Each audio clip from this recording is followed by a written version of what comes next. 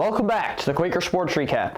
Last week was full of action for our Quaker teams, with all sports having events. I stopped by games played by field hockey, girls tennis, JV football, girls soccer, girls JV volleyball, and boys and JV varsity soccer, which I'll tell you about next. Let's get right to it! On Saturday, our Orchard Park boys varsity soccer team squared off against Section 5 powerhouse Spencerport on the turf at OP Field.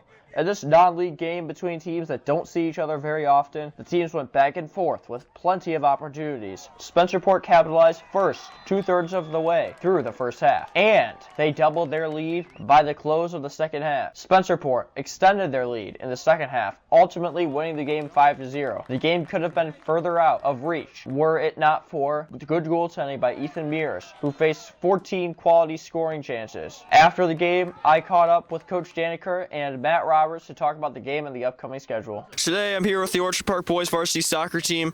You guys played a team that is 7-5 entering today, just like you guys were, Spencerport, but they're not a team you see very often because they're not in your league. How do you prepare for non-league teams as a coach? So being a Section 5 team, we know the type of soccer they play. They're very disciplined. They like to move the ball around the field well, which is a little different than us. So, stylistically, it takes a little bit to get adjusted, but you saw probably about 10 minutes into the game, we kind of adjusted to, what they were doing. They adjusted to what we were doing, and then everybody's kind of settled in.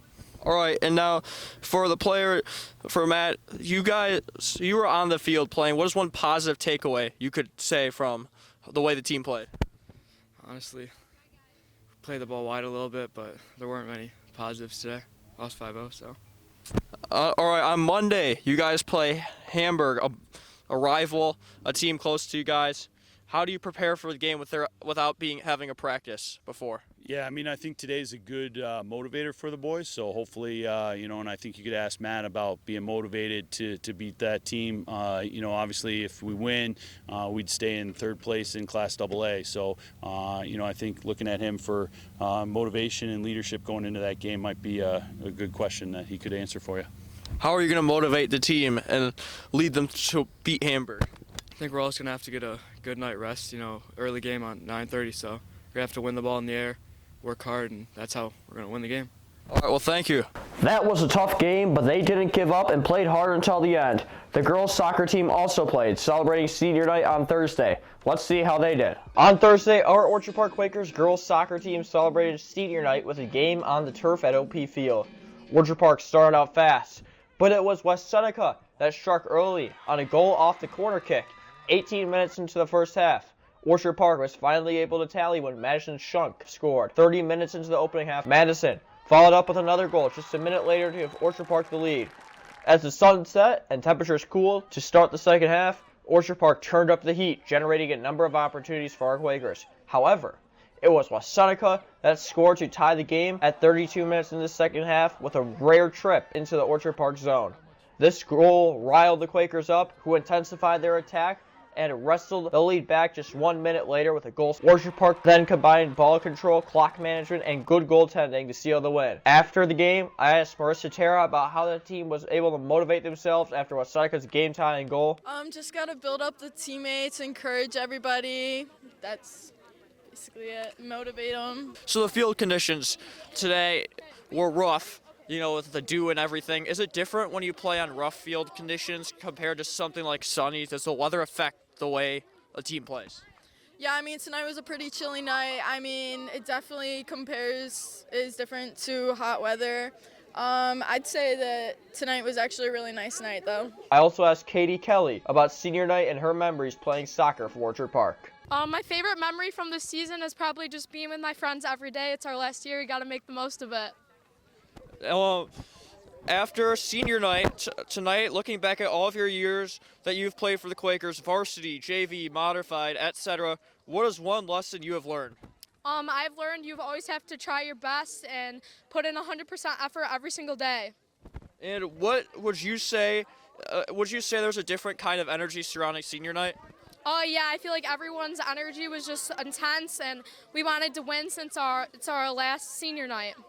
And how do you prepare to play such a good opponent, the 9-4 Amherst, on the road Tuesday? We just got to lock in, focus at practice every single day, do our best. What a great way for the girls to celebrate their good season so far.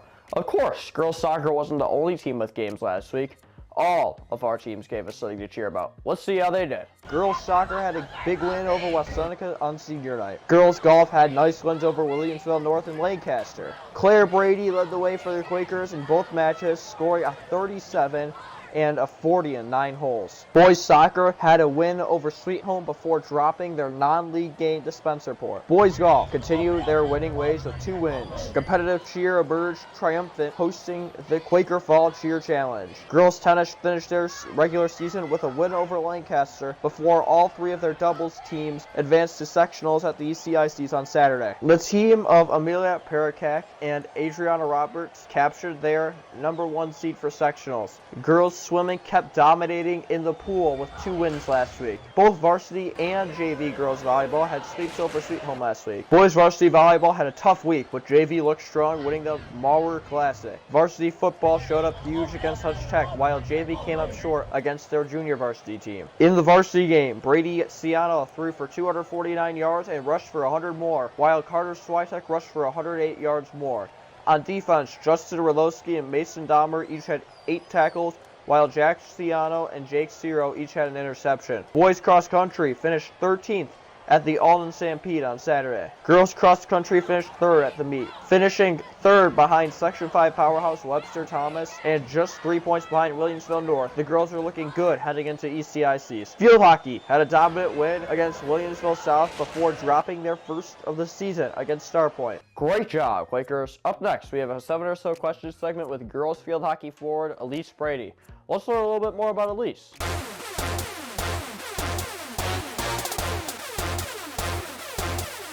What got you interested in playing field hockey? My cousin plays field hockey. Professionally? No, she just did it in high school. What is your favorite field hockey player of all time? Probably Erin Manson. She's the UNC coach. Who is your role model? My mom. If there was a skill you wish you could have just by wishing for it, what would it be? Like a field hockey skill? Or just a skill in life? Oh, I wish I could be like a really good surgeon or doctor. What is your favorite kind of chicken wing, blue cheese or ranch? My favorite kind of chicken wings like barbecue, and blue barbecue. cheese is better. Yes. Barbell is the best barbecue wings. Which is more important, science or social studies? Science. If you could go on a 7-day vacation to anywhere, where would it be? Probably like Bali. Alright. Where is that? I don't know. I think it's in I don't know. It's across the world. Thanks for watching this week's Quaker Sports Recap. There are lots of games on the schedule for this week. Some teams are competing for playoff seeding, while other teams have already started the playoff. I hope that you can get out and cheer on our teams at the game, match, or meet. Come watch a game, so together we can shout, "Go Quakers!"